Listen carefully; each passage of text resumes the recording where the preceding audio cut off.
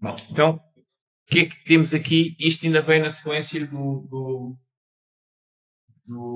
HTTP, embora na última aula o HTTP já não era o foco em termos de protocolo, mas aquela parte mais conceptual de como é que isto escala na rede, não é? Depois falámos no peer-to-peer também.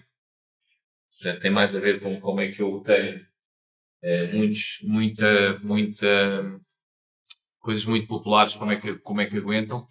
E agora vamos só ver aqui mais duas ou três coisas que têm a ver com o HTTP, sobretudo por causa do segundo trabalho, e que fecha aqui um bocadinho também esta parte depois fica a faltar só a média, a multimédia, que é a tal aula que já vem para o segundo texto, que também tem a ver com aplicações na rede, mas que aí vai ser muito mais focada também na parte da rede propriamente dita, portanto, da implicação que tem em termos de ritmos de largura de banda, mas depois também quais é que são os protocolos que podem ser usados para transmitir voz e vídeo na internet.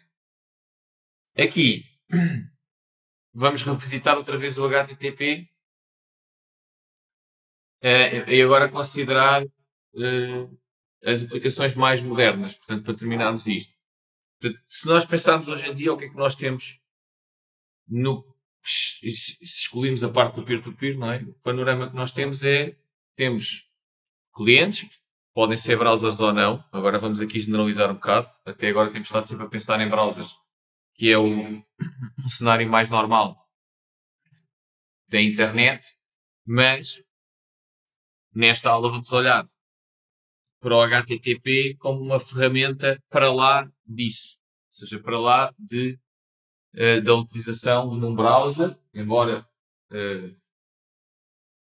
muito do que se vai dizer aqui tem a ver, pode ser também no browser, mas também pode ser qualquer outro tipo de programa que use o HTTP para aceder aceder a uma API que está a aceitar pedidos para alguma coisa. Portanto, se nós começarmos por pensar nas aplicações web, por exemplo, ainda num browser, normalmente eu tenho um cliente que é o browser, neste caso, e este browser vai fazer pedidos para um servidor que aceita pedidos. Então, faz uma ligação TCP ou não, né? Se for HTTP até ao 2.0, né? Ou uma ligação UDP, Quick, ou Quick por cima, ou HTTP 3.0, né? Como se quer chamar agora. E depois com o protocolo que nós estudamos aqui a ser usado para fazer os pedidos. Esses pedidos, se estivermos a pensar numa aplicação web, é mais do que estes fecheiros estáticos que nós tínhamos originalmente, HTML, e depois GIFs, PEGs, MP4s, e passa a ser normalmente fecheiros destes, mas ao mesmo tempo código que é enviado para o cliente. O cliente depois vai fazer pedidos que, em vez de ser para receberem fecheiros, será, por exemplo, para receberem XML ou JSON, que são normalmente aqui os formatos que são utilizados para fornecer respostas a pedidos, que não são fecheiros, que não é um HTML, que não é um GIF, que não é um SPEC, não é um MP4. Portanto, normalmente são os dois formatos que são usados para representar uma resposta a uma evocação remota, não é? A uma evocação de um procedimento remoto, era o que nós chamávamos um RPC, antigamente de Remote Procedure Call, que é chamar um método de um software que não está a correr na mesma máquina que eu. E nós vamos usar o HTTP para isto. E vamos ver aqui duas maneiras diferentes de fazer isto. Os próprios servidores podem fazer chamadas, e aqui até usando HTTP outra vez, a outros servidores.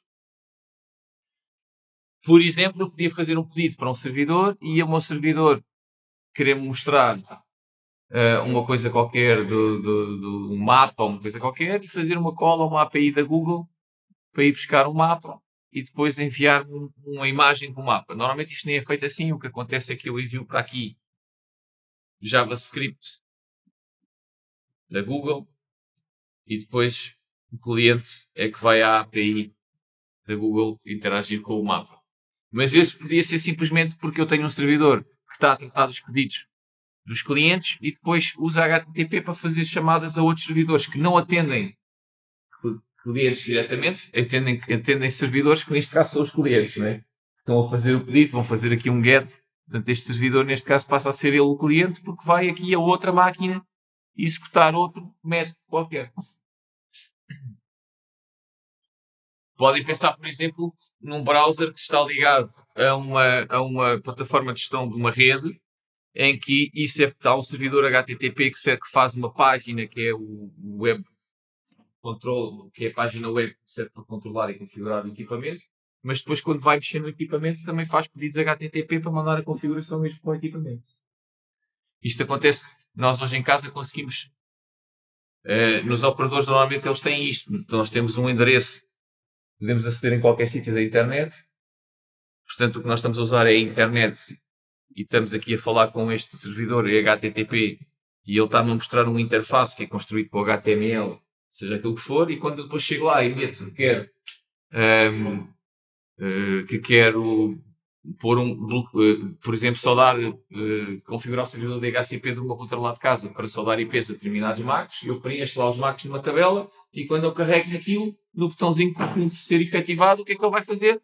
Provavelmente vai fazer uma chamada HTTP que vai chegar ao meu router lá de casa, provavelmente usando uma coisa como o RESTconf, por exemplo, que permite enviar configurações para os equipamentos usando uma API HTTP.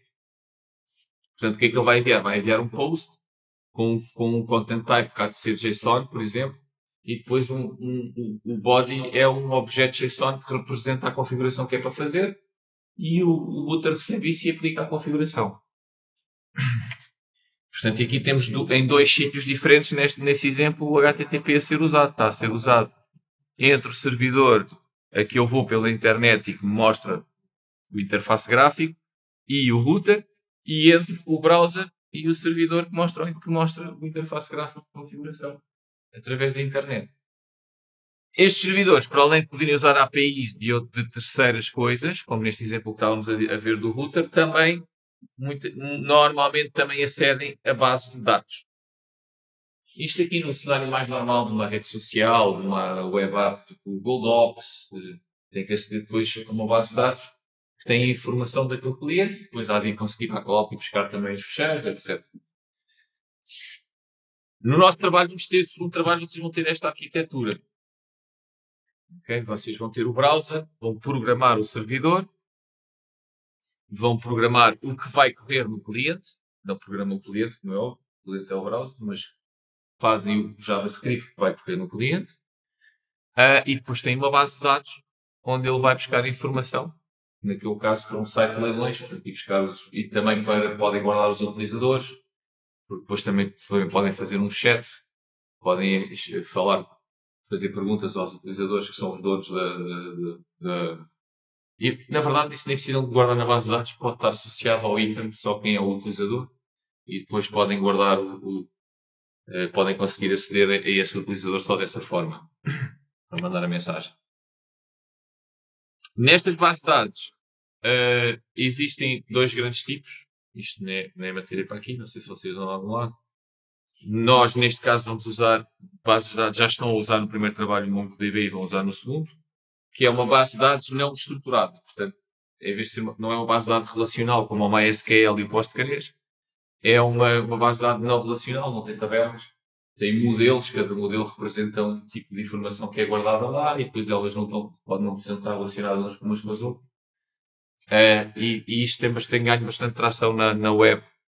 São muito usadas. Estou aqui dois exemplos, o CouchDB, o MongoDB, existem outros. Existe um que é o MariaDB, não sei porque é que se chama MariaDB. Isso tem alguma coisa, deve ser alguma coisa, não deve ser Portugal, mas deve ser de alguma coisa da América Latina ou qualquer coisa do género. Então, esta filosofia, temos duas vezes aqui este conceito de usar o HTTP. Bem, aqui, no caso do browser, há a utilização tradicional para ir buscar o HTML ao início e o JavaScript. Depois, a partir daí, já tínhamos visto, quando falámos no Ajax, a partir daí são chamadas que também podem ser vistas como uma chamada de uma API. Okay? Estas APIs, existem dois grandes tipos que usam HTTP. Existe uma coisa chamada Web Services. Okay? Web Services são definidos por esta entidade que faz standards da web, da World Wide Web, W3C, World Wide Web Consortium, que definiu isto assim, desta forma, que é uma boa definição. Portanto, é um sistema de software desenhado para suportar interações máquina a máquina através de uma rede. Pode ser internet ou não. IP. Para isto, os web services usam HTTP, mas não se baseiam apenas no HTTP. Essa vai ser a grande diferença para as APIs. Essa surgiram depois. Os web services aparecem antes. Esta definição do web service aparece antes. E cria-se todo um sistema, vamos ver aqui muito por alto, mais informática, do que propriamente de telecomunicações. Mas vamos ver, vou fazer aqui todo um esquema, aqui que aparece também o XML neste contexto, para, então vou usar HTTP, mas eu preciso, normalmente quando eu faço uma invocação remota, eu preciso dizer quais é que são os parâmetros de entrada e os seus tipos, quais é que são os parâmetros de saída e os seus tipos, o resultado, como é que eu recebo o resultado.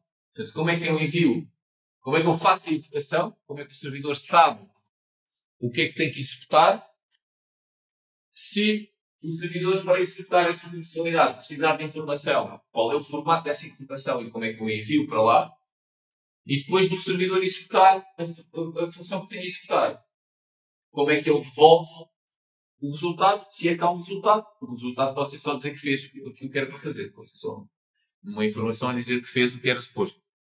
O que foi pedido, pode não haver resultado, não é? Pode ser lançou um míssil, se for lançou um míssil, não tem que devolver nada, só tem que dizer que lançou o míssil, não é? Então, nos web services, para fazer essa parte, portanto, são as duas hipóteses, eu vou ter que definir a interface, que é isto que eu estive a dizer por palavras. O que é definir uma interface? É dizer como é que eu vou fazer esta interação. Como é que o servidor sabe o que é que aqui está, como é que recebe a informação que precisa, se precisar de informação para executar essa função, e como é que retorna o resultado, se tiver que retornar o resultado. Ok? Estes interfaces são definidos usando XML e outras coisas, e outros formatos baseados em XML, e depois são publicados num diretório.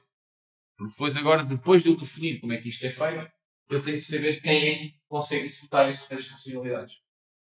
E isso, nos web services, pode existir este Directory Service, que é um servidor, tem um nome DNS, faz-se a tradução, vai-se lá e agora precisa de alguém que faça, que implemente esta interface e aquilo devolve um endereço e eu vou a esse endereço e depois uso o HTTP com um esquema que se chama SOAP, neste caso.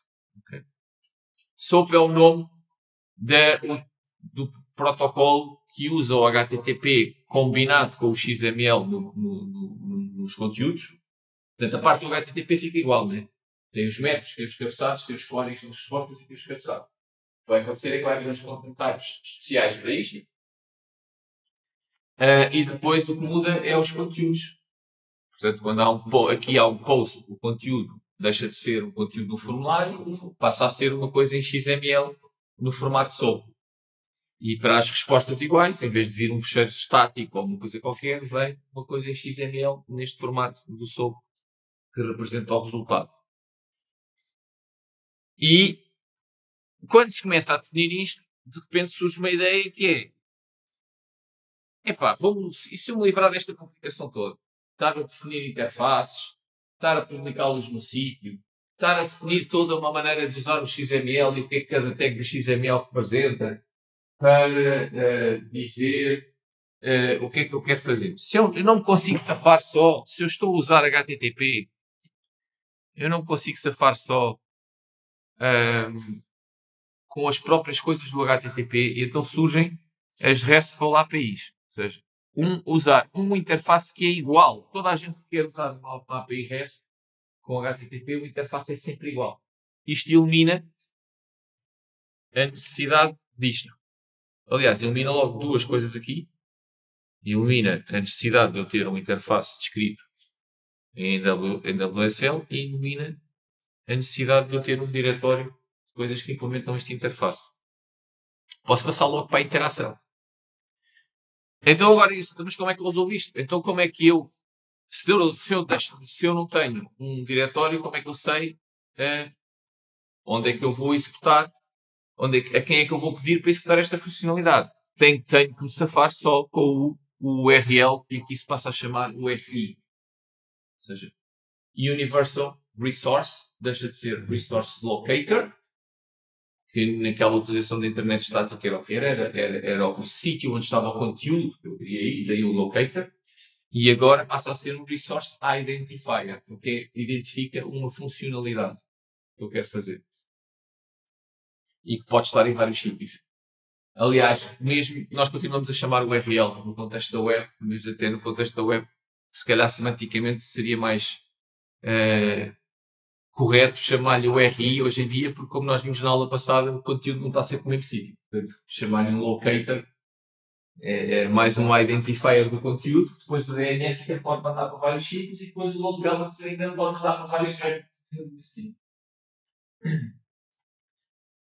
Ok? Portanto, e agora, o resto da interface, que é o que é para fazer, como é que recebes o input e como é que envias o output, tem que ser tudo através só do HTTP. Como é que eu vou fazer isto? Já vamos ver. Vou usar os métodos do HTTP explicitamente, ou seja, o GET passa a ter um significado, se for um post passa a ter um significado, e esse significado é definido do servidor, ou seja, o servidor sabe quando recebe um GET para um determinado URL é para executar uma determinada função. Quando recebe um post para um determinado URL, então, dentro de cada método, depois ainda pode usar o URI para saber exatamente o que é para fazer. O que é que eu posso ainda usar mais? Os cabeçalhos. Ou seja, o servidor pode saber o que é para fazer através do método HTTP, do URI e de eventualmente algumas informações dos cabeçalhos, como por exemplo os cookies. Ou o cabeçalho authorization, ou outros. Ok? Portanto, é assim que uma API REST funciona. Quando recebe uma chamada, sabe o que é que tem de executar, o que é que tem de executar, olhando para qual é que foi o método, qual é que é o URI, valores dos cabeçalhos. Só. No SOAP não é assim. Vamos ver.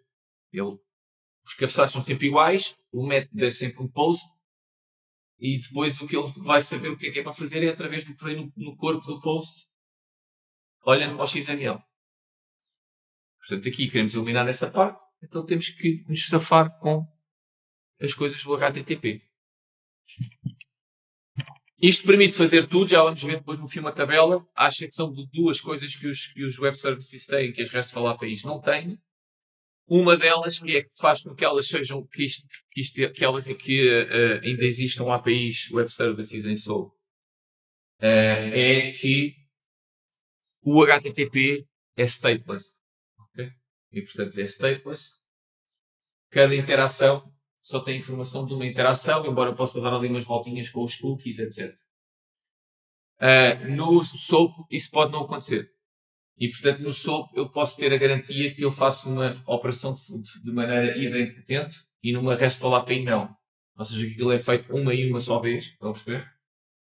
E isso, por exemplo, é muito importante na parte financeira. Portanto, as transferências pela internet, etc., usam SOAP. Não usam RESTful APIs por causa disso.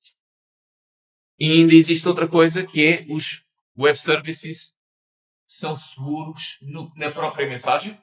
Ou seja, a própria mensagem XML pode ter segurança, pode ser cifrada, enquanto uma RESTful API não. É só segura no transporte. Porquê? Porque eu posso invocar uma RESTful API através da HTTPS. E o HTTPS é seguro no transporte. Estão a perceber? É seguro no transporte, mas não é seguro no HTTP em si. Estão a ver? Depois do final da ligação TLS, quando eu volto a decifrar o YouTube, tenho as mensagens HTTP em claro. Nos web services posso ter uma segunda layer de segurança, porque para além de usar o TLS na execução da mesma, ainda posso ter depois segurança no próprio XML, estão a perceber, no próprio corpo do XML. E, portanto, em aplicações muito críticas, como na parte do finance, etc., ainda são muito usados o SOAP. Em todo o resto, o SOAP está a cair em desuso e está a ser substituído muito pelas RESTful APIs porque elas são mais simples, muito mais fáceis de operar, mais fáceis de perceber e então ganharam muita atração. Tudo o que é aplicação normal, onde estas duas coisas não são importantes, onde chega, onde a segurança ao nível do transporte é suficiente, ok? E onde não há esta não é crítico, esta questão da idempotência, que eu tenho certeza que só façam uma operação uma vez. As APIs REST são normalmente preferidas e estão a ganhar atração, se vocês forem ver. Hoje em dia, eu até vi isso há bocado, estima-se que das APIs que existem, 80 e tal por cento são REST. E depois existem para aí 20% que usam SOAP. Muitas, né, por estas razões, outras ainda simplesmente porque não há pressão para migrar, não funcionar. Não funcionar, funcionam bem, não migram. Não há razão para migrar. Então, voltando aqui outra vez no instante aos web services, usam HTTP e com o que se chama o SOAP, que é o formato das mensagens HTTP que são enviadas neste caso. Então, o que é que acontece? Eu faço um documento WSDL que é escrito em XML e isto descreve um web service. Já vamos ver ali um exemplo pequeno. Depois pode ter um link a dizer onde é que esse serviço está, que é para que quem quiser fazer isto sabe que tem que fazer um post para aquele link, para aquele URL. E depois descreve as operações que aquele serviço faz. E para cada operação descreve os parâmetros de entrada e os parâmetros de saída se eles existirem. Depois de eu ter isto descrito com o WSDL, eu posso ou não, isto é, pode não ser necessário ter o Service Broker, eu posso simplesmente, quem quer usar sabe que existe e vai lá ver o URL. Posso, por exemplo, publicar isto era uma coisa que acontecia também muito, o exemplo típico está aqui, não sei se ainda continua a ser, que é, eu acho que aqui também é importante aquela questão da idempotência, etc, portanto acho que ainda é bastante usado também, é nos interfaces que existe uma interface que é o Amadeus, que é que todas as companhias aéreas do mundo usam, e sempre que a gente faz uma reserva através dos milhares de sites que existem, estão a ver, Loja Travels, todas as agências de viagem online que existem, sites que existem diretos, ou quando eu vou ao próprio site da companhia. Como as companhias vendem bilhetes através dessas plataformas todas, certo? Lá está, é importante que uma pessoa compra o bilhete aqui, outra pessoa compra o bilhete aqui, não consigam as duas depois, aquilo tem que ser garantido que só uma é que apanha e a outra já vai falhar. Então, continuam a usar web services e não RESTful APIs para isso. E a RESTful API não é boa para isso. Por causa de ser stateless, podia acontecer duas sítios diferentes fazerem chamada. É óbvio que a primeira que chega à base de dados, no caso da RESTful, é que fica com o bilhete. E isso às vezes não é o que a gente quer neste dois. Podemos escolher o primeiro que já lá está, tratar daquilo.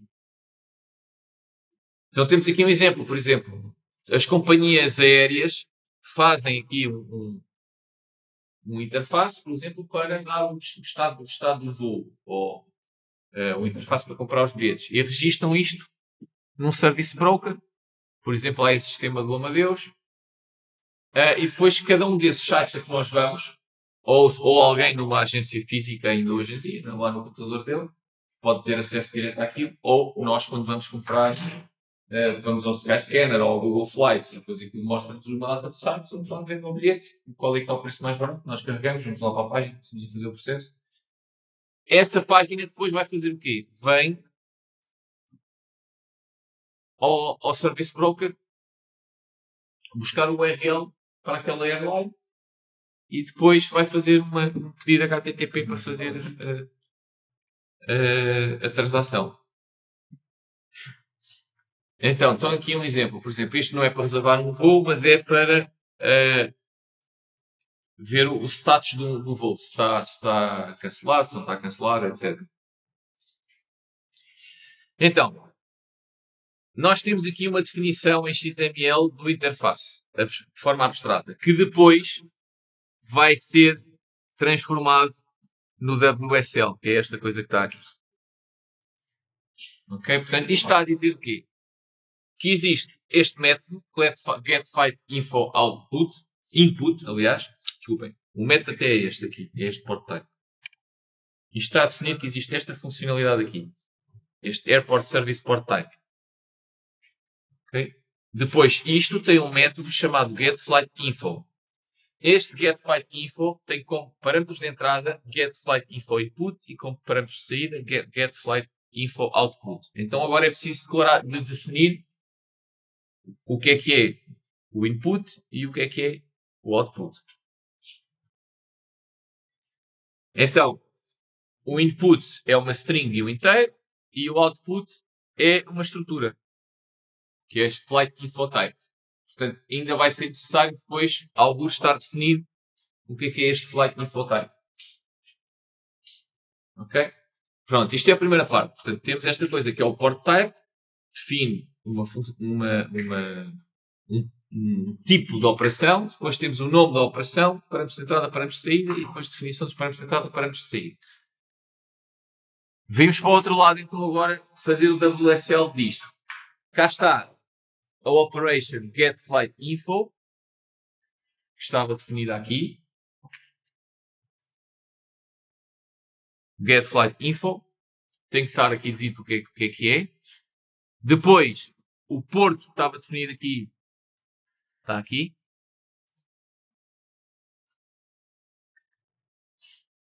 Estes esquemas são standard. Ele vai buscar aqui para ver o que é que cada uma destas coisas significa. O XML, o que é o XML? É HTML, isto com qualquer tag que eu queira pôr. Então é preciso saber o que é que as tags significam. Ele sabe o que é que os tags significam indo buscando aqui, estão a ver? Isto é para ele saber o que é esta tag SOAP, operation, estão a perceber? O que é esta tag SOAP binding, o que é que quer dizer esta tag operation, o que é que quer dizer esta tag input, o que é que quer dizer esta tag service. Ele sabe o que vai buscar aqui, aos esquemas do SOAP. Então temos aqui a operação que estava definida aqui, getFlightInfo, dizer o que ela é em termos de SOAP, é um Remote Procedure Call, e para onde é que eu vou fazer esta chamada. E isto já é o endereço, o URI, para onde depois eu vou enviar o post com o pedido. Portanto, sempre que eu quiser fazer uma invocação deste método, eu tenho que fazer um post para este link que aqui está. E agora vou então definir as entradas e as saídas como estavam ali definidas no abstrato. Então, vou usar isto encoded em XML, ok? De acordo com este esquema. E então este output também vai ser encoded de acordo com o mesmo esquema. O que é que eles são? Ele vai ver aqui e sabe que um é um string, outro é um inteiro e que este há de ser uma coisa deste género. Termina a definição, nome do serviço Travel Service e depois o porto que está definido de acordo com o SOAP binding, que é esta coisa toda que estava definida para trás. Portanto, o binding é esta coisa aqui, começa aqui e termina aqui, e é este binding que isto se refere aqui. É esta coisa aqui. E depois cá temos o endereço para onde eu tenho que fazer a chamada disto. Como é que é a interação depois HTTP? Portanto, aqueles ficheiros são postos no DDI. Okay? Se não forem postos no DDI, têm que ser enviados aos clientes de alguma forma. Vão invocar aquilo, que eles têm que saber aquilo. E depois, então, quando eles já sabem onde é que já têm aqueles fecheiros, ou porque foram buscar ao IDDI, ou porque os têm de alguma forma, vão então fazer uma invocação do FlightInfo. Ok? Como é que vamos fazer aqui uma invocação do FlightInfo? Vou fazer um post para aquele URL que lá estava, /travel service, lembrem-se, o URL que aparece aqui não tem a parte do nome DNS, nem do protocolo, é só o URI a seguir. Quando nós não pomos nada é barra, lembram-se? Quando tem qualquer coisa a seguir ao endereço do HTTP, o nome DNS, que é o caso aqui, tem Post Travel Service, vai aparecer aqui. Ok? Cá está, SOAP Action, foi isto que foi chamado. Isto é um cabeçalho, que não tínhamos falado até agora. É um cabeçalho que existe para o SOAP. Content Type, text XML, o SOAP é XML, o conteúdo. Content Length, o que for, ele vê qual é que é o conteúdo e mete ali. E depois vem então o XML, começa com este SOAP Envelope. Cá está só a dizer os esquemas, porque o que é que significa cada coisa. Depois tem o body. No body tem, neste caso, a dizer que quer invocar esta função getFlightInfo. Okay. E depois então vai preencher os dois campos que aquilo tinha como input, que era o airline name, diz que o tipo é XSDL string e depois mete aqui o valor. Foi o que a pessoa escreveu. O L, deve ser o código de uma United qualquer coisa. E depois o número do voo, mesma coisa, diz que é o inteiro e mete o número do voo, portanto flight number começa aqui e termina aqui, e depois termina aqui. Soap body, termina o soap envelope, faz o post. O que é que ele vai receber daquele lado? Vai receber esta informação, que ele sabe que é para executar o flight info, está aqui, get flight info, e é para usar esta companhia com aquele código de voo. Ele vai à base de dados, ou vai logo ter sai, se vê qual é o estado disto e vai responder. Responde com o quê? Dizendo-se ok, se correu tudo bem. Content type text XML, content length NNN. Estão a ver uma diferença já que vamos ver para a RESTful API. Eu disse na RESTful API, ele só com o método e o URL sabia o que é que era para executar. Aqui não. Ele sabe que é executar através deste cabeçalho SOAP Action. Estão a ver? É o SOAP Action, cabeçalho é que diz qual é que é o método que eu tenho que executar. E depois aqui ele ainda cá está outra vez. Estão a ver aqui? No SOAP Body ele ainda tem aqui qual é que é o método getFlightInfo que tenho que executar.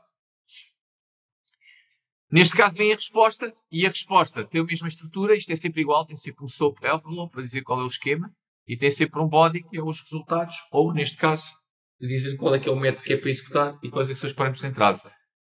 Neste caso são os resultados, que é um flight info. Ok? Este flight info tem aqui a sua tag, que era o que aquilo dizia que recebia, e agora aqui ele tem que concretizar o que é um flight info. E vai dizer aqui que um flight info é um gate, que é um inteiro, e uma string, que é o status, que neste caso é on time. O cliente recebe isto, tem aqui a informação que queria, que é o resultado da invocação. E aquilo faz com isso, depende. Pode mostrar, pode agora gerar um HTML, pode pegar aquilo e pôr no HTML, pode não ser um programa sequer com HTML, pode ser um programa só para isto. Não, nem está a correr no browser.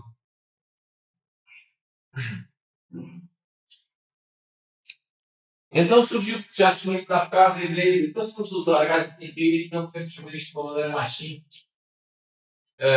E surgiu a ideia então de fazer isto com o que se chama uma RESTful API, que se chama RESTful porque tem estas características. Aliás, aquele REST, isto é um acrónimo, nunca sei isto de cor. Sei que o S é de stateful, este S é de stateless, aliás. É de stateless. As outras já nem sei o que é. Mas sei que o S é deste stateless aqui. E o R nunca me lembro do que é. Acho que o R é de resource e o outro E não sei o que é. O E não sei o que é.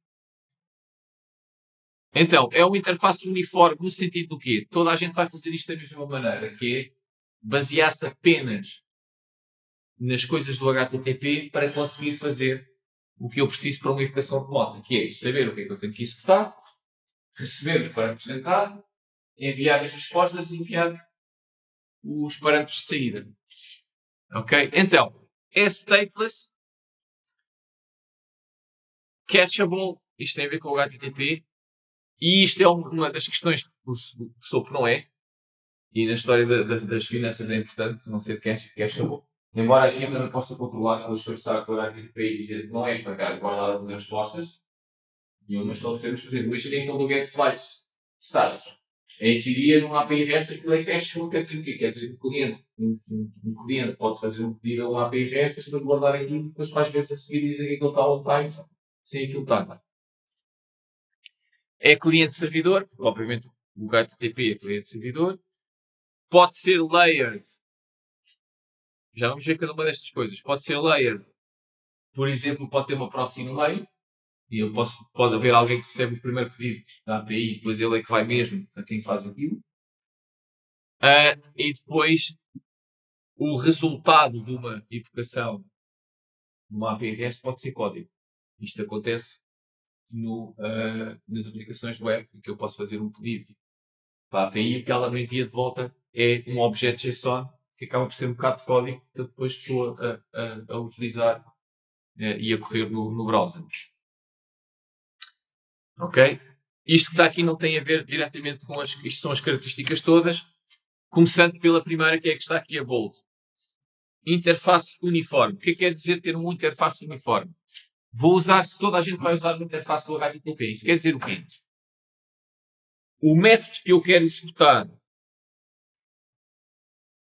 é identificado usando o URI. Okay? E o método, o próprio método de HTTP. Cada mensagem HTTP tem que ter a informação total sobre aquilo que eu quero fazer. Por exemplo, juntando os headers. Ou, se for um post, melhor ainda, se for um post, vão coisas de conteúdo. Se for um post ou um patch, o patch também tem conteúdo, ou um put. Existem 3 métodos no HTTP, pelo menos 3 que eu estou a lembrar assim de repente, que pode levar conteúdos. Numa RESTful API, todos eles podem ser usados para enviar informação para a entrada. Pode ser o post, o patch ou o put.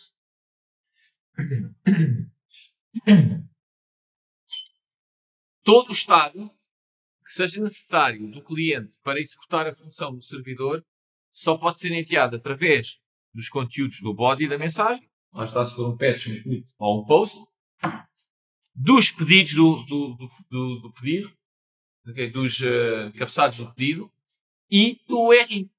Portanto, tudo o que eu preciso para saber o que é que tenho que fazer, eu, servidor, é através do que vem nos conteúdos do body, nos cabeçalhos do pedido, no método do próprio pedido e no URI que vinha.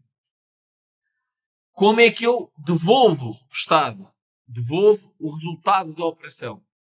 Mais uma vez, usando só as coisas do HTTP, através dos conteúdos do body, dos códigos de resposta e dos cabeçalhos da resposta. Só consigo enviar informação assim. Portanto, pode ser um método que é só foi feito ou não e basta-me usar os códigos, estou dizendo só que isso foi feito pelo código de erro se não foi feito. Né? Se tivesse a usar uma RESTful API para lançar um início, já foi, dizendo ok, né? Não é nada. Ou então podia trazer no body mais conteúdo, se eu for necessário. Se for ir a uma base de dados, como vai acontecer no vosso trabalho, buscar uma lista de itens que lá está guardada, a resposta vai ser dizendo só ok, mas depois vai trazer no conteúdo o array dos itens que lá estavam na base de dados. Em vez de ser um fecheiro HTML ou ser código JavaScript ou não sei o que, lá vai, é um array, normalmente em JSON, também podia ser em XML. Não há nada que impeça utilizar XML numa API REST, mas normalmente, a maior parte das vezes, é JSON. JSON é código JavaScript puro e duro. Se eu pegasse naquele código e pusesse a ser interpretado no browser, o que poderia fazer era criar um objeto exatamente como lá está escrito. Embora ele seja parse, muitas vezes, mas o parsing lá está muito simples. fazer um parser de JSON num código JavaScript, numa framework que usa JavaScript no cliente, é super simples, porque basicamente só faz pegar naquela alavanca. Já está praticamente já está no formato que eu quero. Ser stateless implica o quê? O que nós já sabíamos do HTTP, que é por isso que existem as cookies, cada pedido de resposta é uma coisa e não há histórico para trás. Okay? Portanto, tudo o que eu preciso para fazer um pedido tem que vir no próprio pedido. Eu não posso assumir que é, olha, agora soma mais X de alguma coisa que eu fiz. Estão a perceber? Isso não existe aqui. O RI identifica o que é que eu quero fazer e o body tem que levar todo o estado. O body aos cabeçalhos tem que levar todo o estado necessário, que é os parâmetros de entrada todos necessários naquela altura para fazer a operação. Da mesma forma, o cliente tem que enviar na resposta toda a informação. Aliás, o cliente tem que enviar para o servidor toda a informação necessária para fazer um pedido. Se for uma coisa composta, cada vez, em cada pedido de consumo, tem sempre que mandar a informação toda.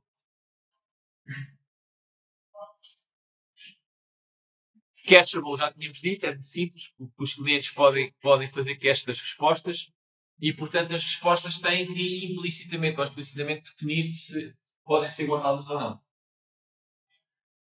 E isto temos os cabeçalhos que podem servir para isso, do cache control, ou então na própria resposta no JSON não pode dizer isso, ou então nem é preciso, porque é implícito, porque fui eu que coloquei a parte do cliente, portanto, sei se é para guardar ou não. E guarda ou não. Portanto, paradigma cliente-servidor já sabemos, não é? O RI, os clientes e os servidores falam através do interface uniforme que é baseado no HTTP e, portanto, podem ser desenvolvidos independentemente, substituídos independentemente, porque toda a gente sabe que estamos a usar uma API REST e, portanto, como é que se faz aquilo?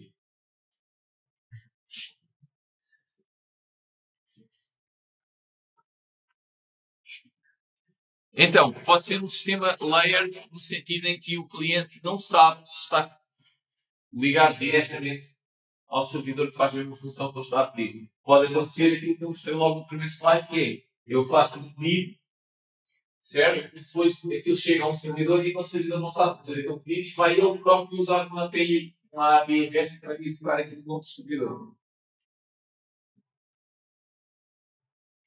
Por exemplo, se vocês usarem uma plataforma de orquestração de agentes de AI, existe agora uma que está aí viral, que é o OpenClaw. Vocês podem instalar aquilo no vosso computador. E ele vai criar uma espécie de um web server local. Para depois vocês poderem abrir uma página e configurar aquilo, ou falar com os agentes. Quando vocês estão a falar com os agentes, o agente não existe no nosso computador. Aquilo é preciso configurar um key de uma API do provider do LLM. Tem exatamente isto.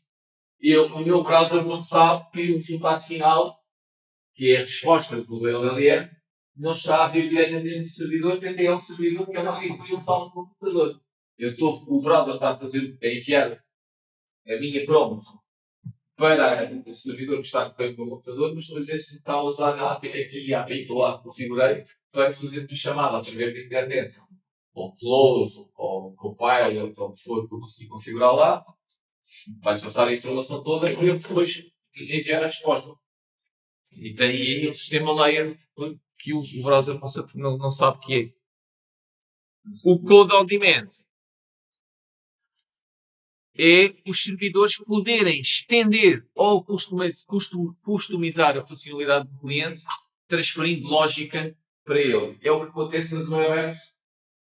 O cliente faz um pedido e de repente recebe uma data de JavaScript que depois é esse JavaScript que vai fazer os pedidos seguintes. Portanto, o servidor vai mandar a lógica para o cliente e depois aquilo começa a ser executado no cliente e então o cliente vai continuar depois subsequentemente a fazer chamadas à API REST. Ok? Portanto, estivemos a ver aqui o SOAP e o HTTP e as suas diferenças. Já vamos voltar aqui depois, quando vimos a utilização. Então, vamos voltar àquilo que já tínhamos falado na aula do HTTP, já tínhamos falado um bocadinho no Ajax, lembram-se?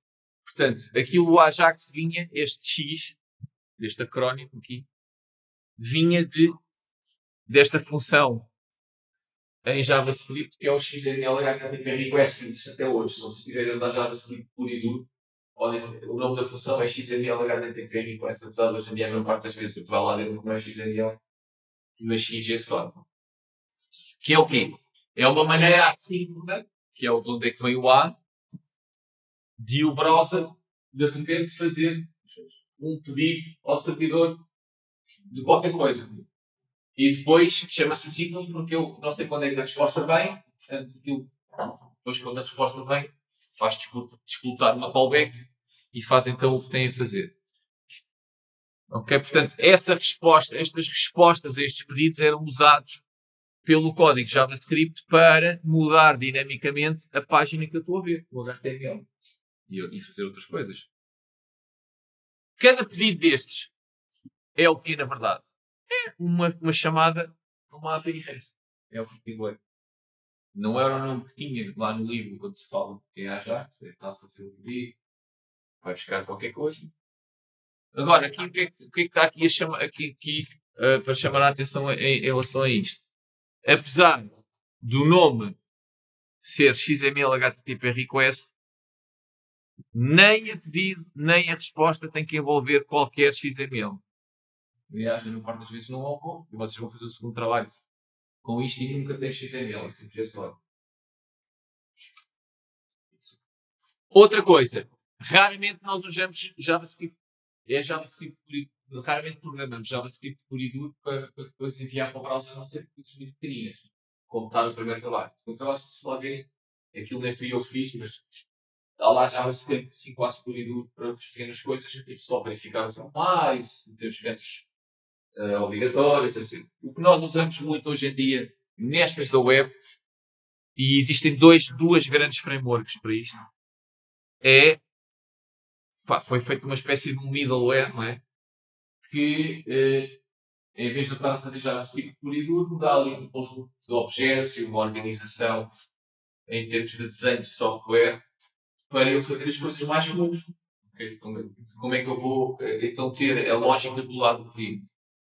Okay? E existem para o tipo de coisa que nós vamos fazer no segundo trabalho, que se chama Single Page Apps. O que é uma Single Page App? É uma web app que se chama Single Page porque a única vez que funciona como internet normal é a primeira de todas. É quando eu meto lá o link ou quando eu carrego o link que ele vai buscar um fecheiro HTML inicial e depois uma carrada de JavaScript. E depois, a partir daí, esse JavaScript nunca mais é feito um pedido com o HTML normal. Ou seja, a partir dali, aquilo são sempre chamadas APIs e o HTML é sempre feito no próprio browser. É o próprio browser que gera o HTML. Estão a perceber? Ele está a correr o JavaScript, vai buscar o que ele precisa de saber ao servidor e depois, conforme os resultados, altera o HTML no próprio browser. Estão a perceber? Nessa filosofia, porque eu posso fazer do lado contrário também. Existem frameworks como o Django e outras coisas em que é o contrário. Eu posso ter templates no servidor e tenho muito menos código. Tenho JavaScript sempre aqui para determinadas coisas, tipo detectar coisas nos formulários, coisas não sei o quê, mas muito mais leve. E depois, quando vou ao servidor, o servidor é que vai fazer o que tem que fazer na base de dados e gerar logo alterações no HTML que tem vindo. Do DOM, não é? Não precisa ser o HTML inteiro. Lembram-se, basta ele mandar, ele pode me enviar só alterações para partes do HTML. Isto ser de um lado ou do outro vai variando ao longo do tempo. Este é super utilizado em várias coisas da Google. E existe uma plataforma semelhante que é o React, que é da Meta. Se é da Meta, como é óbvio, quase todos os sites da Meta estão nesta filosofia usando o React, enquanto os da Google estão quase todos nesta filosofia usando o Angular. Esta filosofia houve uma altura que não era tão popular como está agora, porque, por exemplo, telemóveis, etc., tinham menos capacidade de processamento e isto está a ter tudo no cliente. ou uma grande parte do processamento está na interpretação do cliente. Agora, isto já mudou um bocado porque qualquer telemóvel mesmo hoje, mesmo de gama baixa, corre facilmente JavaScript lá. Ok? O que é que isto faz? Isto vai fazer aquilo. Vocês, por exemplo, nunca vão usar diretamente um XML HTTP request no Angular. Vai existir um objeto chamado HTTP que vocês depois têm um serviço para fazer chamadas à API que está organizado assim por serviços e vocês chamam alguma coisa do serviço, chamam um método que vocês criam no serviço e depois, cada vez que chamam, ele trata dessa parte do sincronismo lá, uma espécie de uma receita quase. E depois, porque aquilo é feito assim? Porque se eu quiser criar uma outra aplicação mais tarde, só tenho que posso pegar naquele código do serviço, que é exatamente igual, que é fazer chamadas à API. Só tenho que ir lá dizer mudar os URL, se não se sentido. Nesse caso aqui, muitas vezes, o que veio, o que é, tanto nos envios como nas respostas, é JSON. Porque eu também, nos pedidos, também posso ter que enviar coisas, envio em JSON e nas respostas também recebo em JSON. Já agora o Angular, não sei o React, mas o Angular nem sequer se programa em JavaScript, programa-se em TypeScript, que é um superset do JavaScript, mas os browsers não interpretam diretamente TypeScript. Por acaso eu acho que até já interpretam agora alguns. Mas normalmente o que acontece é que nós, por exemplo, no nosso projeto, vamos usar, lá está, um middleware que alguém já fez, que basicamente faz parte do código que traduz o TypeScript para JavaScript. E ainda tem o bónus que é traduzir aquilo com JavaScript, que se alguém for ver não consegue escrever nada daquilo. O que é bom, porque assim porque eu consigo ver com os developers todos o JavaScript, mesmo o código, que podia, por exemplo, ou reutilizar, ou tentar mesmo modificá-lo.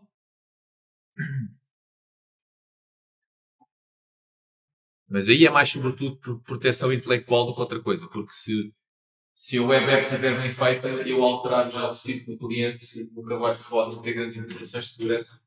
Faço sempre o double check se ele está a pedir o que é suposto, não sei o que é no servidor. Então, estas chamadas de APIs que vão ser feitas a partir do código que está a correr no browser têm algumas implicações de segurança. Ok? Portanto, o que é que acontece? Normalmente já vem logo definido o XML HTTP request e essa regra mantém-se. Um script só pode fazer XHTML request, ou seja, só pode fazer pedidos HTTP que não são iniciados por links, ou não é o utilizador a carregar, só pode fazer para o mesmo servidor de onde veio o JavaScript. Estão a perceber? Portanto, eu não posso descarregar JavaScript do meu servidor para lá e ter lá nesse JavaScript uma instrução que é mandar um pedido a uma API de outro sítio. Ok? Porque isso, em termos de segurança, é mau. Porquê? Porque o utilizador não vê isso. Isso quer dizer que eu podia ver aqui, eu mandava JavaScript, depois esse JavaScript punha a mandar passwords que ele punha lá para o servidor na China. Né? Então, isso não é permitido. Os browsers não fazem isso. Portanto, o browser, quando está a interpretar código JavaScript, se tenta lá o XML HTTP request para um URL que não é do mesmo servidor de onde veio aquele JavaScript, ele não executa. Ok? Houve algumas soluções que os clientes fizeram, mas nenhuma delas é muito usada para isto é de cross qualquer coisa, este JSON NP, para tentar fazer que eu pudesse fazer Ajax calls para remote APIs, lá está no caso aquelas frameworks com cuidados de segurança, ou seja, ter uma key, que o servidor tem que se autenticar do outro lado, onde eu estou a fazer o pedido, etc. Qual é que é a maneira mais simples de dar a volta a isto? Não vamos entrar por aqui, que é o, por exemplo, do trabalho que tem lá um mapa do Google Maps que vocês podem usar para ter lá no segundo, já estou a falar do segundo. Vocês vão ter lá um mapa em que podem colocar markers dos outros utilizadores. Vão ligar. Em alguns, no vosso caso, quando tiverem estado, vão aparecer todos em cima dos outros, porque vocês estão todos no mesmo computador. Mas vocês podem aldrabar aquilo e meter lá uns bocadinhos a mais nas coordenadas só para fazer aquilo aparecer noutros sítios. Como é que aquilo está feito? Porquê é que vocês conseguem ver o mapa? Porque estamos a usar esta solução que é o vosso servidor, é verdade que o browser vai fazer um pedido ao vosso servidor e o vosso servidor vai enviar o vosso JavaScript. Mas para além do vosso JavaScript, para poder usar o Google Maps, vai enviar um link para ele ir buscar JavaScript à Google. Estão a perceber? E vai ser esse JavaScript que vem da Google que depois faz as chamadas para as coisas do mapa. Não é o meu que eu fiz.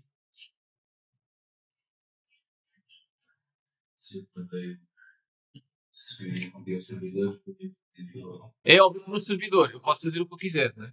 Esse não há essa limitação. Portanto, vocês poderiam, no servidor, ser vocês que iam à Google e depois davam só o mapa. Já, mas aí depois não tinham aquela parte do dinamismo e aquelas coisas que ele está a fazer diretamente do lado de fora do servidor bem dele. Porque isso obrigava tudo a passar por você. Aí tinham que complicar, tinham que vocês pôr um JavaScript lá e detectaram que ele tinha arrastado o mapa, e ao detectar que ele tinha arrastado o mapa, enviava esse para a vossa API, vocês tinham que ir, o servidor tinha que ir à API da Google e buscar o mapa umas 50 centímetros ao lado e enviar.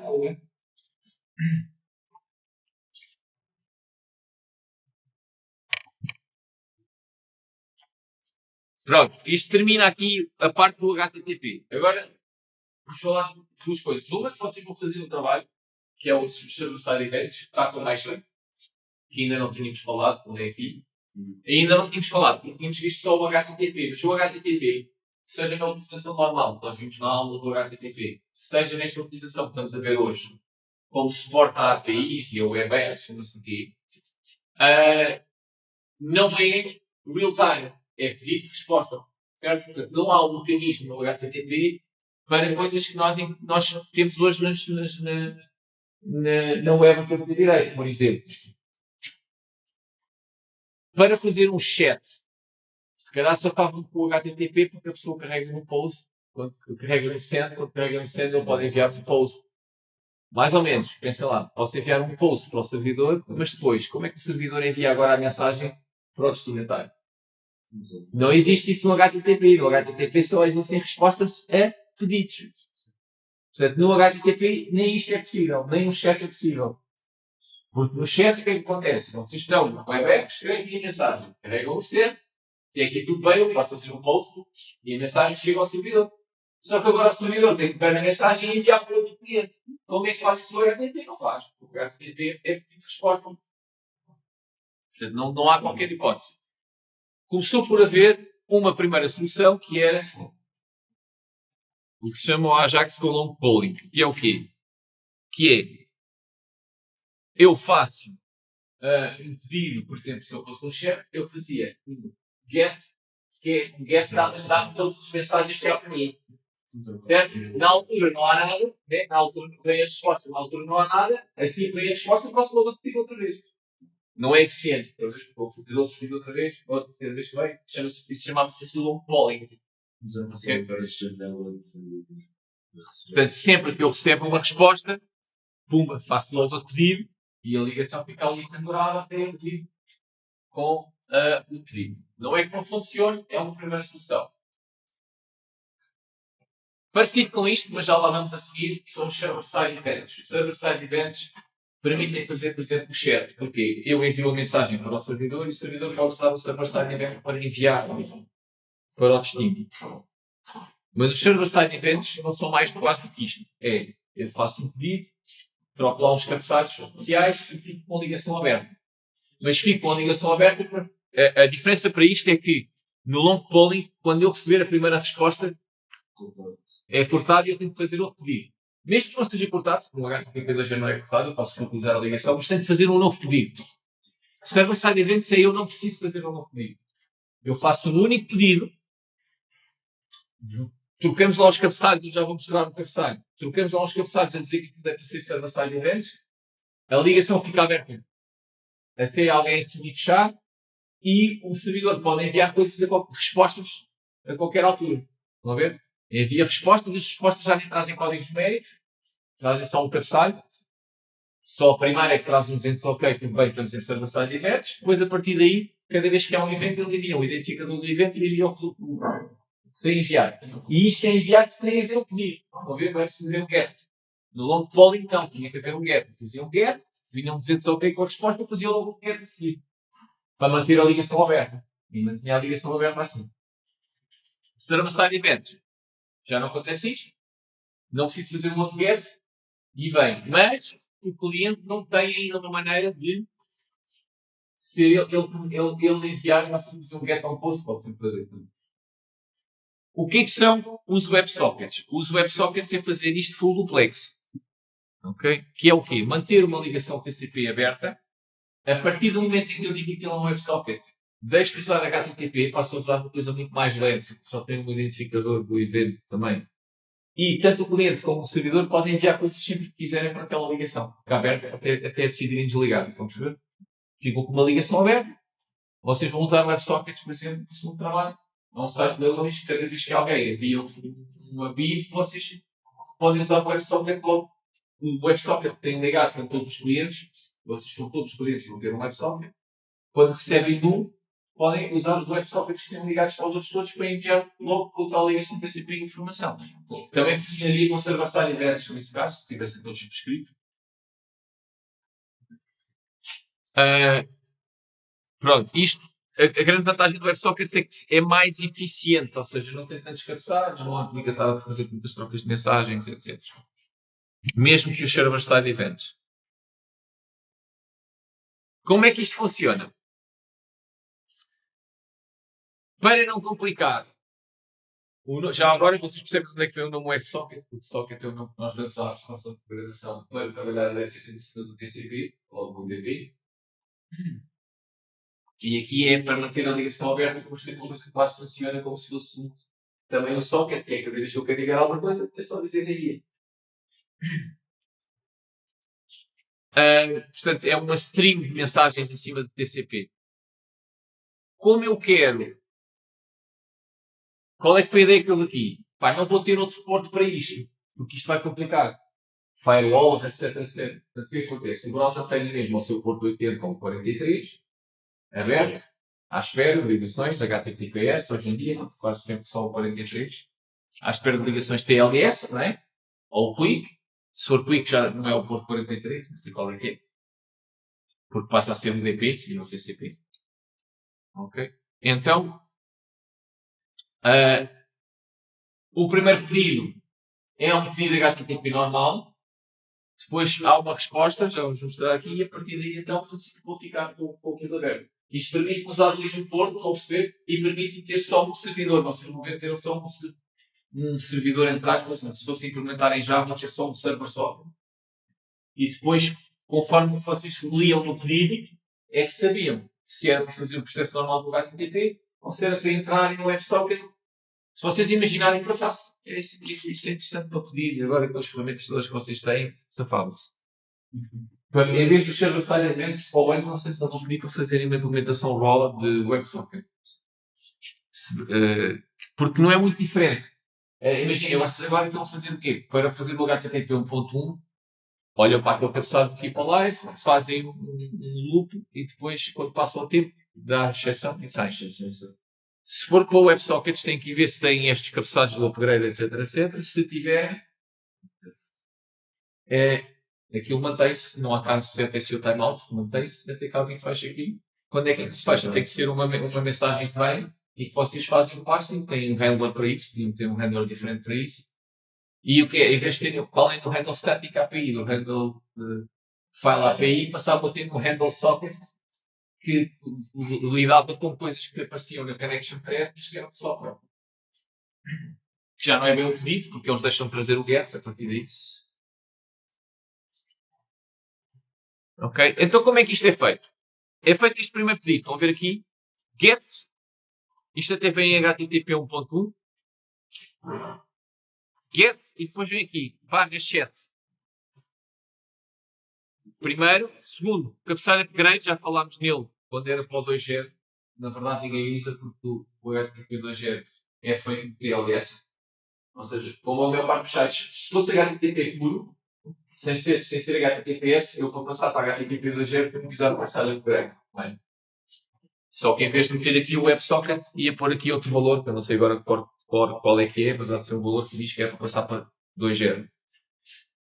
Normalmente o upgrade não é usado no caso do HTTP 2.0 porque a maior parte dos sites hoje em dia é HTTPS, portanto há um handshake do TLS e o handshake do TLS permite fazer isso. Depois da parte dos certificados, eles podem trocar capacidades e quando trocam capacidades dizem que têm o 2G, que façam mudar o 2G. Ok? Portanto, estes dois cabeçalhos que também podiam ser usados, por exemplo, para o 2G, são usados aqui. Upgrade WebSocket e depois no connection, em vez de ser Keep Alive, que é o que também vocês já usaram este cabeçalho, no caso do HTTP 1.1, é upgrade. Depois, quando isto acontece, entram em ação estes cabeçalhos especiais, que não são do HTTP normal. Mas que lá está o servidor, se botar o WebSockets, depois de ver estes dois, sabem interpretar estes. Que é o Secure WebSocket Key, que é uma string esquisita, e depois o protocolo existem estes dois, que é o que ele suporta, só tem a ver depois com o formato da mensagem, e eventualmente aqui uma versão do WebSocket, não sei em que versão é que isto agora. Isto muda todos os anos, eu agora quando for, isto é tão, muda tanto que todos os anos, quando eu vou ver o segundo trabalho, vocês vão fazer, eu podia manter aquilo porque temos o container, é a coisa do container, posso manter o container e fica exatamente como está congelado. Mas eu gosto de fazer esse exercício, até porque obriga-vos a vocês não usar a versão mais recente e também não podem usar trabalhos dos anos passados, porque aquilo muda tudo. Todos os anos muda sempre de porcarias. Se eu vou lá fazer de novo e atualizar aquilo, há uma data de coisas que mudaram, por exemplo, o WebSocket já mudou e já tem coisas diferentes. Não? Então, isto é o pedido, não é? E depois vem a resposta. A resposta que o browser envia, código 101, Switching Protocols, cabeçalho upgrade, WebSocket, cabeçalho connection, upgrade, exatamente igual aos dos pedidos, que é para o cliente saber, tudo certo. E depois, isto vai ser o que vocês vão no segundo trabalho lá no Angular, não é ali no Node, que é o curso do servidor, nem é no Angular, é no Node, é o que há um objeto que vai representar isto, que se chama socket, e tem uma propriedade que é o ID. O socket ID é, o que está é este valor que está neste cabeçalho aqui. É o quê? Aquilo que permite ao cliente, ao servidor, associar um determinado porto TCP, que é aquela ligação que está aberta, aquele IP e aquele porto, a um determinado cliente.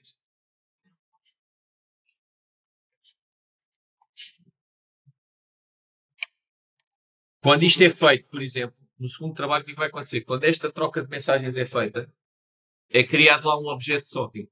E a primeira coisa que vai acontecer é que isto pode ser seguro, aliás, isto é aqui, e vocês vão usar a versão segura no trabalho. A versão segura é basicamente corre em cima do TLS. Mas não só corre em cima do TLS, como exige um token que venha no cabeçalho authorization. Portanto, esta troca de mensagens, para além disto, vai trazer aqui um cabeçalho authorization com, neste caso, tem uma palavra que é o bearer e depois tem uma coisa que é o token. E aqui ele vai enviar esse token. Este token, no vosso caso, é o username feito com um hash, portanto ele consegue tirar do token o username, depois vocês podem ter um hash map em que sabem que este username corresponde a esta string e é assim que ele sabe que quando quer enviar uma mensagem para aquele username, pode ter o IP e o porto que tem que usar das várias ligações que tem abertas.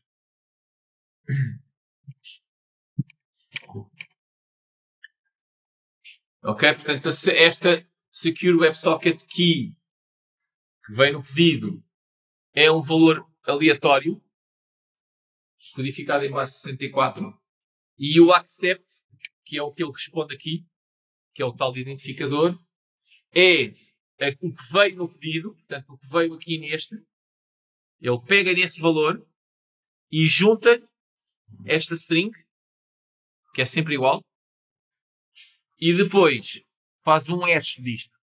Já falámos do hash nos peer-to-peers. Portanto, faz um hash, vai aparecer agora em inglês, com palavras de segurança colocadas pelos hash. E depois isso dá um valor em bits, se é um SH1 dá um valor com 160 bits, Okay? E esse valor depois é codificado em base 64. Porquê? Porque os cabeçalhos do HTTP supostamente são em texto. Se obviamente se esta troca de mensagens estiver a ser feita em HTTP 2.0, aquilo não precisa de ser codificado em base 64. Porque já temos binary frame. Ok? Depois desta troca de mensagens ter sido feita, o cliente e o servidor podem enviar texto ou dados em JSON para a frente e para trás. Isto é como? A partir daí já não há cabeçalhos nada. A partir do momento em que há esta troca inicial e eles decidem isto, ficam com a ligação aberta e agora quando eu, o cliente, quiser enviar alguma coisa, já não envio nem um get, nem um post, nem nada. Okay? Isso torna mais eficiente. Envio logo só um pequeno cabeçalho, que é o identificador é este small header, que é só aqui, que tem só o identificador aqui que tem a ver com isto, com esta string, e depois o payload.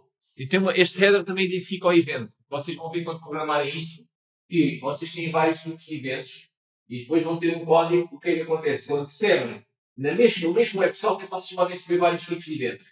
Qual dos eventos é que está identificado naquele header? Tem um nome, é um número arbitrário. Vão perceber? Imaginem que é novo utilizador. É um evento. Vem o header só dizer novo utilizador, vão ver? E depois linha em branco, e depois os dados em JSON.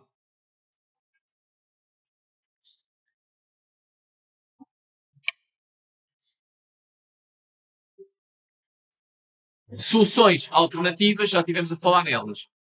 O HTTP 2.0 tem o server push. Certo? Lembram-se do server push. O nosso servidor pode enviar alguma coisa sem ser resposta a um pedido.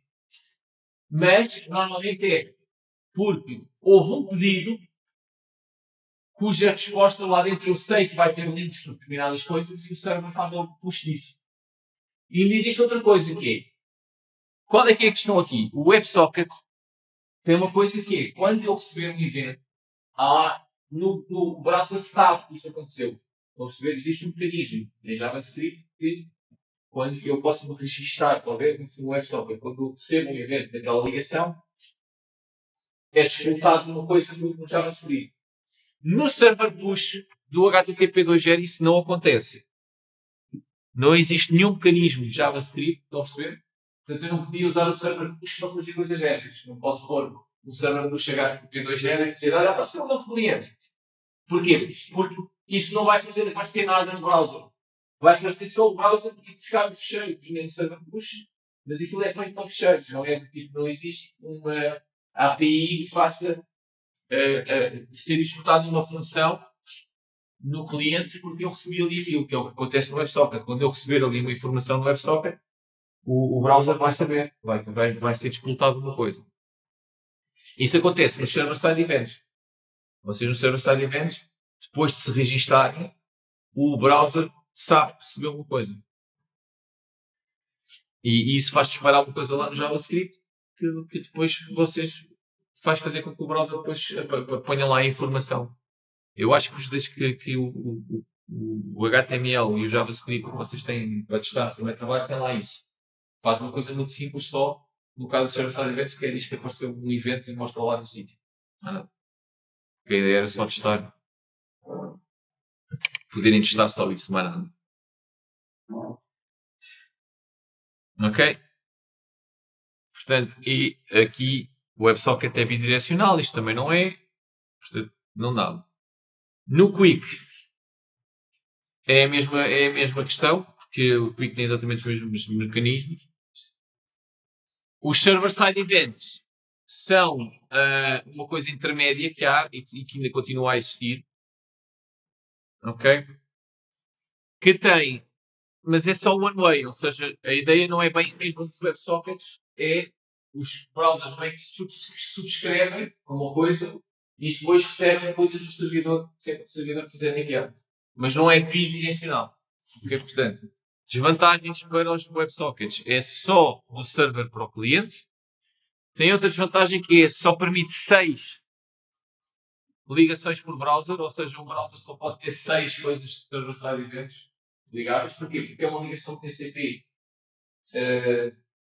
por cada subscrição que eu faço, enquanto no WebSocket eu faço uma ligação para o servidor todo. Vantagens. Todos os browsers têm, mas os WebSockets também. É um bocadinho mais leve, não tem aquela troca ao início e usa mesmo só a ligação do HTTP que fica aberta. É bom para coisas como live scores, notifications ou newsfeeds. Continua a ser é bom para isso. E tem aqui uma comparação só. Server-side events. Server client only. Este é full duplex. Protocolo. Este continua a usar o HTTP. Mantém uma ligação aberta, mas continua a usar o HTTP. Ou seja, mesmo as respostas, os eventos que vêm do server-side event têm um código numérico, têm os cabeçalhos, tal. A única coisa é que ele pode enviar uma resposta sem vir pedido. Enquanto o WebSocket faz aquele mecanismo de upgrade que nós vimos e passa a usar um outro protocolo, mais leve. Os server-side events têm uma coisa interessante que é tem auto-reconnect, ou seja, a partir do momento em que eu fiz aquela troca, se houver por algum motivo uma falha, o servidor tenta ligar-se outra vez ao browser, o WebSocket não faz isso. Pode fazer isso, existem frameworks que trabalham com WebSockets que fazem isso, mas é já em código. Tipo ao nível da aplicação, é que fazem isso. Ou seja, se detectarem repetir, tentam ligar-se outra vez, mas isso é porque o código JavaScript se o código JavaScript estiver feito para isso. Não te... Enquanto no outro não, ele vai mantê-la sempre mesmo aberta até ser mesmo fechado. Depois há aqui a questão da proxy da firewall. Eventualmente pode haver alguns proxies que depois bloqueiem, depois de fazer o upgrade, bloqueiem o protocolo WebSocket, enquanto este é sempre HTTP, embora isto com a minha experiência não acontece muito.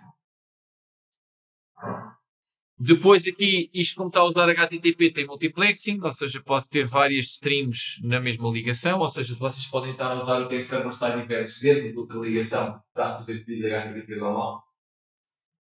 Pedidos HTTP normal. Aqui não, isto tem que ser uma ligação TCP para os WebSockets. Agora o WebSocket tem possibilidade de enviar binário e este não tem. E depois ambos têm APIs. Portanto, este tem uma API. Isto é uma API JavaScript. Ou seja, existe um mecanismo no JavaScript que lá está quando eu recebo um event source faz-me disputar uma coisa no cliente, e aqui também existe a mesma coisa. Existe uma implementação do JavaScript. Existem classes de JavaScript para quando eu recebo classes, não objetos do JavaScript, existem classes assim. No TypeScript já existem. Mas existem objetos. Se eu criar um objeto do tipo WebSocket, ele cada vez que recebe uma coisa, faz uma callback com ele, chama lá um código que é executado. E aqui também é a mesma coisa. Para os event sources também existem. Este vocês vão, quem quiser pode tentar implementar depois no fim, lá com o extra no primeiro trabalho. Este vamos usá-lo desde o início no segundo. Aliás, o segundo até pode ser quase tudo suportado em WebSocket, só não, vocês podem fazer isso se quiserem. Mas, tirando a primeira interação HTTP, quase podia ser como depois o WebSocket. Depois da primeira interação, vai fazer uma ligação WebSocket e a partir daí eu podia usar o WebSocket para tudo.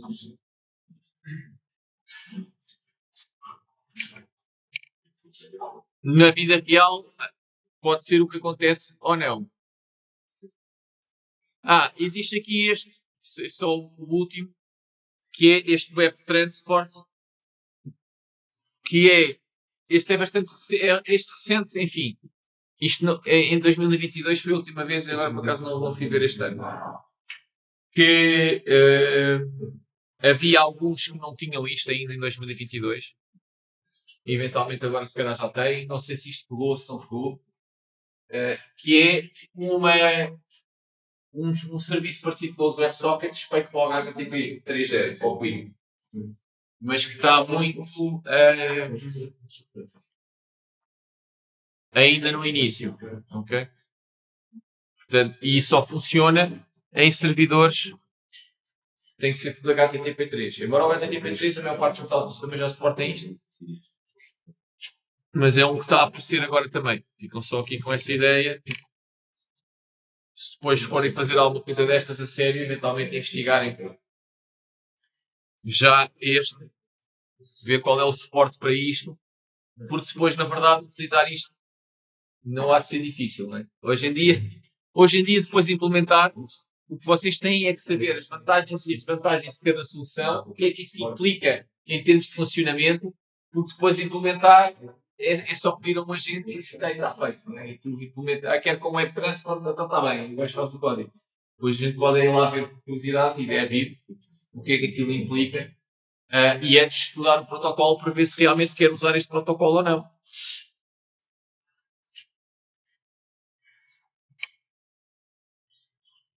Para terminar, vamos só aqui uma coisa que fica só também para quando depois tiverem, isto é mais para perceberem depois a estrutura do projeto para lá chegarem, do que propriamente aqui relevante para a matéria, da cadeira, ou para a questão mais da rede e das comunicações. Que é, como é que isto funciona em termos da geração do HTML?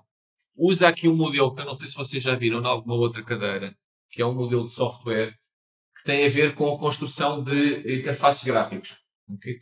Qualquer software que tenha uma interface gráfica usa um modelo destes. Este é um dos modelos e acho que é o modelo mais utilizado, é o padrão de desenho mais utilizado para interfaces gráficos, que é este modelo que está aqui. Okay? O utilizador vê o quê? O que nós chamamos uma view, quando eu tenho um user interface. É o que ele está a ver neste momento. É uma janela, se for um programa que está a correr no sistema operativo, se for uma web app, é o que eu estou a ver naquele momento, naquela página. Por exemplo, se eu tiver no PowerPoint, eu tenho uma view, que é a view de edição, que é quando eu estou a editar. Tenho uma view, que é a view quando eu estou a fazer a apresentação. Tenho uma view diferente quando vou para o slide master. Estão a ver? Portanto, a view é o que é que eu vejo no ecrã numa determinada funcionalidade. Esta view é definida, ou seja, o que eu estou a ver no ecrã é definido por um modelo. Isto aqui se chama Model View Controller. O que é um modelo? O modelo diz, grosso modo, como é que vai ser o meu interface. Vai ter um menu em cima, vai ter uma tabela ao lado, vai ter um canvas, vai ter uma Dropbox. Estão a perceber? Portanto, isto é o modelo. Okay? Uma espécie de um template. Outro nome que isto tem, aliás, na web até se chama mais a isto, um template. No Angular é o nome que tem, é um template. Okay? No Angular, o nome do módulo é um template. E depois, associado ao template, tem uma coisa que se chama o controller. Por acaso, acho que no Angular se chama controller também. O controller e o model e o template, se quiserem chamar template, estão tightly coupled. Ou seja, por exemplo, no Angular, o que é este modelo? É um fecheiro que parece HTML. Okay? Porque define mais ou menos o HTML que eu vou ver. Portanto, é um fecheiro que vocês abrem, tem tags HTML normais, etc. E depois, lá para o meio, tem coisas do Angular, que são hooks para o modelo. Por exemplo, tem uma tabela e depois a tabela, em vez de ter até TR, que é para as linhas, em vez de ter, imaginem que a tabela tem, eu não sei quantas linhas a tabela vai ter. Por exemplo, imaginem que é uma tabela para mostrar os itens que existem numa base de dados. Se existir um item, a tabela vai ter uma linha. Se existirem 1000 itens, a tabela vai ter 1000 linhas. Então, aquele template do que lá diz é que eu tenho uma tabela e que a tabela tem lá uma linha, mas depois aqui, nesta tag, vão lá aparecer coisas que dizem NG, são hooks para o controller, e, por exemplo, um dos que lá vais ter é o for item in items. E isto faz o quê? Isto está a ligar esta parte do modelo, que é esta linha, que é as linhas da tabela, a uma coisa que existe no controller, que é este array de itens. E o que ele sabe que está aqui a dizer é que para todos os elementos que existirem no array de itens, ele vai fazer uma tag destas. Isto vai dizer o quê? O controller manipula o modelo, no sentido que, se no controller eu for alterar esta variável e for acrescentar elementos nesta variável, no modelo isso vai fazer aparecer mais linhas na tabela. Que depois, quando é rendered na view, vai fazer com que a tabela apareça com X linhas, que é o tamanho dos itens. Então, é isto que acontece. O utilizador vê a view. Quando interages com o interface, quando clica no sítio, quando escreve qualquer coisa, isso é controlado pelo controller. Numa web app, isto é o quê? A view é o HTML que eu estou a ver. O controller é o JavaScript que está a correr no browser. Ou é JavaScript, não é todo. É JavaScript que está a correr no browser. Okay? Este JavaScript, ao o utilizador interagir com o HTML, está a utilizar o JavaScript, está a executar funções do JavaScript. One click, faz disputar uma função, o que for. Essas funções alteram variáveis do controlador que são usadas no template para gerar um HTML novo. Por exemplo, no exemplo da tabela que eu estava a dizer, o modelo tem cá uma tabela, nessa tabela tem uma coisa a dizer que cada vez que uma variável aqui no controller é alterada, ele acrescenta mais uma linha àquela tabela. Ao acrescentar mais uma linha àquela tabela, quando é feito o render da view, a tabela aparece com mais uma linha. E é assim que isto funciona no Angular. Okay? No Angular vocês vão ter lá um fecheiro que é o template e vão ter outro fecheiro que é o controller daquele template. Vocês, para controlarem o que acontece naquela view, programam esta parte e às vezes também têm que fazer umas alterações no modelo, se quiserem fazer mudanças na parte visual. Ou quiserem acrescentar coisas que apareçam ali, ou quiserem acrescentar funcionalidades. Normalmente têm que mexer no modelo, dizer que o modelo mostra não sei o quê de acordo com o que o controller tem em determinadas variáveis ou em determinados valores e depois programar o que é que acontece quando o utilizador carrega nas funções e nos botões aqui para depois dizer como é que isto manipula as variáveis que depois influenciam como é que o modelo é rendered e aparece na view. Estas views podiam ser feitas no lado do cliente, que é o que acontece no Angular que vocês vão usar e no React. Portanto, isto está a ser feito no cliente. Ou seja, este JavaScript está no cliente, etc. Também pode ser tudo no servidor. Nesse caso, o user recebe do servidor logo a view. E depois, quando mexe, e um bocadinho nada do controller. Só para apanhar os cliques e essas coisas. E depois, então, este controller envia coisas por HTTP para o controller que está no servidor. O controller que está no servidor altera as coisas no modelo, gera um HTML novo e envia por HTTP para aqui.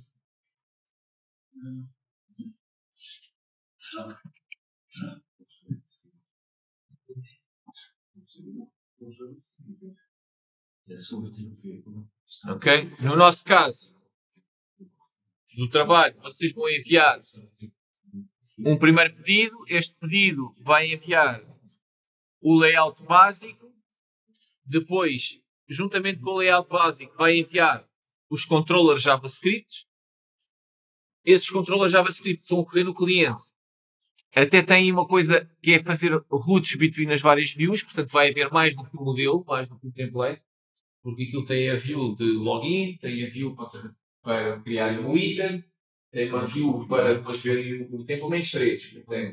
Tem 4, tem uma para registrar itens, tem uma para fazer o login do utilizador, tem uma para depois mesmo para o leilão. Portanto, tem 3.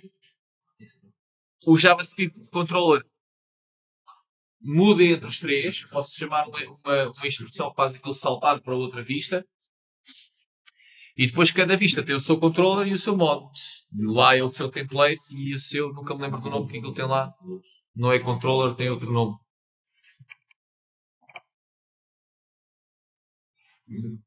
E pronto. Esta framework que é que vão usar tem este nome, que é o min, que vem do quê? Mongo, que é a base de dados, que já estou a usar no primeiro trabalho. Depois, o E é de Express, que está relacionado com o Node. Ok? O Node, já agora, não é mais, chama-se Node.js. Não é mais do que o engine de interpretação do JavaScript do Chromium. É isso que é o Node.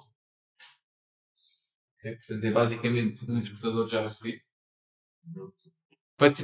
Por curiosidade, eu falei há bocado no OpenClaw, que é aquele projeto aí open source para eu ter uma gateway para falar com um agente de inteligência artificial no meu computador, manter ou vários, definir personalidades, skills e não sei o que, fica tudo guardado em contexto no nosso próprio computador. E portanto ele vai aprendendo com as coisas que nós queremos fazer, as tarefas que nós queremos fazer. E não só, e depois também tem acesso ao nosso sistema operativo, quer dizer, ao nosso file system, ao que nós quisermos dar. Porque em termos de segurança é preciso cuidar com aquilo, porque se não ter uma coisa destas no vosso computador, aquilo tem plugins, por exemplo, para aceder ao OnePassword, de repente o gajo tem acesso às nossas credenciais todas assim aqui. É muito giro porque há pessoas a montar coisas com isto engraçadas, têm uma coisa dessas no computador e tipo, depois falam com ele, podem falar com ele através do WhatsApp, do Discord, do chat, tem que tudo se configurar. Embora a maior parte das pessoas configura usando o próprio OpenClaw para ajudar.